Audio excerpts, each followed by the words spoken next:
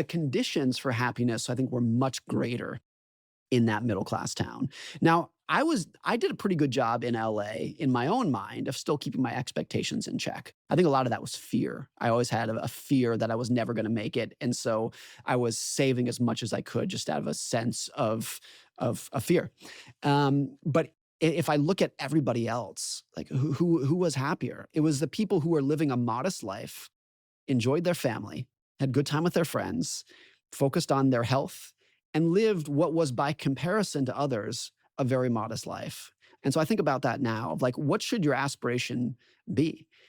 It's interesting with parents. If you ask parents, what do you want for your kids, particularly if their kids are young? Most parents will say, I just want them to be happy when they're older. And then if you say, well, do you want them to be rich and successful? The parents will probably say, well, yeah, that would probably be great, but I just want them to be happy.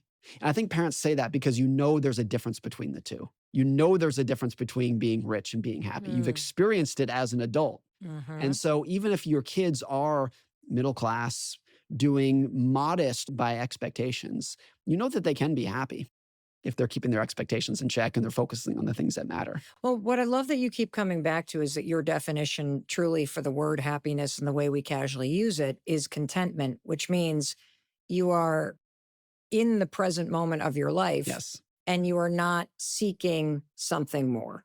I You had are this able to be okay with where things are and where things aren't.